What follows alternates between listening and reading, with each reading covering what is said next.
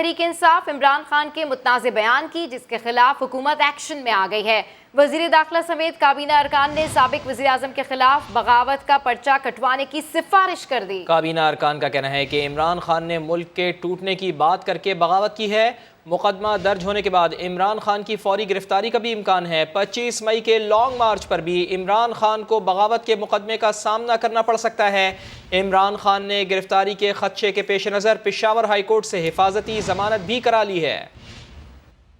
عمران خان کا فوج اور ملک کے خلاف متنازع بیان۔ وزیر داخلہ اور کابینہ ارکان نے عمران خان کے خلاف بغاوت کا مقدمہ درج کرنے کی سفارش کر دی۔ حکومت کی قانونی ماہرین سے مشاورت۔ پرچہ کٹنے کے بعد چیئرمین پی ٹی آئی کی فوری گرفتاری کا امکان ہے۔ وزیر اعظم کو بغاوت کا مقدمہ درج کرنے کے حوالے سے رپورٹ پیش کی جائے گی۔ کابینہ ارکان کا کہنا ہے کہ عمران خان نے ملک کے ٹوٹنے کی بات کر کے بغاوت کی۔ ذرائع کے مطابق بغاوت کے مقدمے کے لیے وفاقی کابینہ سے منظوری لی جائے گی۔ کابینہ اجلاس وزیر اعظم کی ترکی سے واپسی پر متوقع ہے۔ مسلم لیگ نون کی نائب صدر مریم نواز نے وفاقی وزیر داخلہ سے ان کے گھر پر ملاقات کی۔ عمران خان کا فوج مخالف بیان بھی زیر بحث آیا۔ رانا ثناء اللہ کا کہنا تھا فتنہ خان کو افواج پاکستان کے خلاف شرانگیزی کی اجازت نہیں دی جائے گی۔ قانون حرکت میں آئے گا اور انصاف کے تقاضے پورے ہوں گے۔ 25 مئی کے لانگ مارچ پر بھی عمران خان کو بغاوت کے مقدمے کا سامنا ہو سکتا ہے۔ ذرائع وزارت داخلہ کے مطابق اسلام آباد پر چڑھائی کر کے وفاق اور صوبوں سے عدم وفاداری کی گئی۔ مقدمے کے اندراج کا فیصلہ ہوا تو دفاع 124A لگائی جائے گی، جس کے تحت مجرم کو عمر قید اور جرمانے کی سزا ہو سکتی ہے۔ دوسری طرف پشاور ہائی کورٹ نے عمران خان کی راہداری ضمانت قبل از گرفتاری کی درخواست منظور کر لی۔ عمران خان کے خلاف اسلام آباد کے مختلف تھانوں میں 14 مقدمات درج ہیں۔ عدالت نے 25 جون تک اسلام آباد سیشن کورٹ سے رجوع کرنے کی ہدایت کی ہے۔ متنازع بیان پر لیگی نائب صدر مریم نواز نے عمران خان کو نشانے پر لے لیا۔ کہا پاکستان کے ٹکڑے ہونے کا خواب دیکھنے والوں کی جماعت 300 ٹکڑوں میں تقسیم ہو جائے گی۔ سوال کیا کہ عمران خان کس کے ایجنڈے پر ہیں؟ کیا یہ زیک گولڈ اسمتھ کا ایجنڈا ہے؟ عمران خان کے معائنے کے لیے میڈیکل بورڈ بنائیں۔ ڈرپوک شخص رانا ثناء اللہ کے خوف سے پشاور کے بنکر میں چھپ کر بیٹھا ہے۔ 3 ٹکڑوں والا تھیری آپ لے کر پھر رہے ہیں، یہ آپ کو کس نے دی ہے؟ یہ کس کا ایجنڈا ہے؟ کیا یہ زیک گولڈ اسمتھ کا ایجنڈا ہے؟ اسرائیلی اس کا ایجنڈا ہے؟ پاکستان کے 3 ٹکڑے کرنے کا خواب دیکھنے والوں کے جماعت کے نہ صرف 3 ٹکڑے ہوں گے بلکہ اس کی سیاست کے، اس کی جماعت کے 300 ٹکڑے ہوں گے۔ صحیح فیصلے آپ کی نظر میں کیا ہے؟ RTS بٹھانا صحیح فیصلہ ہے اور وہ آئین کا ساتھ دے رہے ہیں تو وہ غلط فیصلہ ہے۔ تو آج وہ میر جعفر اور میر صادق ہو گئے۔ آپ نے ان پر اٹیک کیا تو آپ کو سب سے پہلے ان محب وطن پاکستانیوں سے نپٹنا ہوگا۔ 1 پیج کی طاقت تھی، ہر ادارہ اس کے ساتھ کھڑا تھا۔ کسی سپریم کورٹ نے اس کے بارے میں سو موٹو نوٹس نہیں لیا۔ انارکی پھیلانے کی کوشش ہے، انتشار پھیلانے کی کوشش ہے۔ ان تقریروں کو دکھانے سے اجتناب کریں۔ پرائم منسٹر آف پاکستان سے یہ اپیل کروں گی بورڈ بنائے نفسیاتی امراض کے ماہرین کا، جو عمران خان کا دماغی معائنہ کریں۔ ان کا دماغی مرض جو ہے پاگل پن کی آخری سٹیج پر ہے۔ جس اقتدار کے کھو جانے پر وہ اپنی سدھ بدھ کھو بیٹھے ہیں، وہ مینڈیٹ ان کا کبھی تھا ہی نہیں، وہ چھینا ہوا مینڈیٹ تھا۔ اپنے آپ کو جو انقلابی لیڈر، جہادی لیڈر کہہ رہا تھا، وہ اب ضمانتی لیڈر ہے۔ ڈرپوک آدمی ہے کہ رانا ثناء اللہ کے ڈر سے پشاور کے بنکر میں چھپ کے بیٹھا ہوا ہے۔ اور اب ذکر کریں گے عمران خان کے شانگلہ میں خطاب کا، جہاں انہوں نے ایک بار پھر اداروں کو مخاطب کیا۔ بولے بے شک آپ نیوٹرل رہیں لیکن لوگ جانتے ہیں پاور آپ کے پاس ہے۔ معیشت نیچے گئی تو سوویت یونین کی تگڑی فوج بھی انہیں اکٹھا نہیں رکھ سکی تھی۔ شفاف انتخابات کے اعلان تک ہماری تحریک جاری رہے گی۔ چیئرمین پاکستان تحریک انصاف نے دیر جلسے میں آئندہ کا لاہ عمل دینے کا اعلان بھی کیا۔ جس طرف ہمارا ملک جا رہا ہے، اسٹیبلشمنٹ آپ کہتے ہیں ہم نیوٹرل ہیں، بسم اللہ نیوٹرل ہو، لیکن لوگ جانتے ہیں کہ پاور آپ کے پاس ہے۔ چوروں کا ٹولہ ملک کو نیچے لے کے جا رہا ہے، لوگ آپ کی طرف دیکھ رہے ہیں۔ تاریخ اس رول کو بھی معاف نہیں کرے گی کہ ملک نیچے چلا جائے اور آپ کہیں ہم نیوٹرل ہیں۔ اسٹیبلشمنٹ کو پیغام دینا چاہتا، جب ان کی معیشت نیچے گئی تو وہ سوویت یونین ٹوٹ گیا، ان کی تکڑی فوج ان کو اکٹھا نہیں رکھ سکی۔ یہ سارے پاکستان کے ادارے جس کے اوپر ایک ملک کھڑا ہوتا ہے وہ تباہ کر رہے ہیں، پولیس کا غلط استعمال کر رہے ہیں۔ الیکشن تو یہ جیت نہیں سکتے، الیکشن کمیشن کے ساتھ مل کے دھاندلی کی پوری تیاریاں ہو رہی ہیں، حلقہ بندیاں کی جا رہی ہیں ان کو جتانے کے لیے، پوری سازش ہو رہی ہے کہ پاکستان کی جمہوریت کو تباہ کیا جائے۔ ساری قوم کو کہتا ہوں تیاری کریں، دیر میں جلسہ ہے، اس میں اپنا اگلا لائے عمل دوں گا۔ ہماری آزادی کی تحریک تب تک چلے گی جب تک صاف اور شفاف الیکشن یہ حکومت نہیں کروائی گی۔